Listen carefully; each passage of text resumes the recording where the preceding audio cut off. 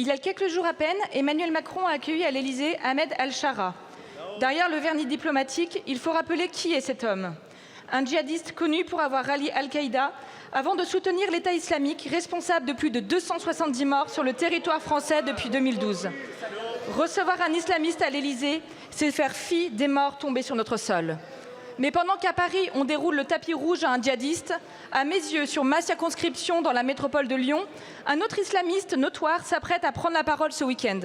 Vincent Souleymane, connu pour ses discours haineux envers les femmes, les juifs, les homosexuels et plus largement envers la France, figurera parmi les intervenants.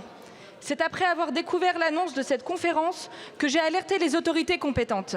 La préfecture a été saisie, la mairie informée et l'information a été rendue publique. Pour rappel, en 2023, la préfecture du Rhône avait déjà interdit sa venue à Lyon. Et pourtant, en 2025, rien ne semble empêcher ce même individu de revenir à la tribune.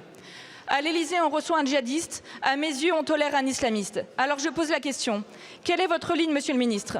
Depuis des semaines, votre gouvernement s'est engagé à publier un rapport sur l'entrisme des frères musulmans en France. Et toujours rien. Du côté du Rassemblement national, dès 2021, Marine Le Pen avait déposé une proposition de loi pour lutter efficacement contre l'idéologie islamiste. Vous n'avez pas écouté, vous n'en avez rien fait. Monsieur le ministre, tant que l'on tolérera ces conférences, ces discours, ces complicités locales ou nationales, l'islamisme gagnera du terrain. Alors comptez-vous interdire la venue de Vincent Souleymane à mes yeux?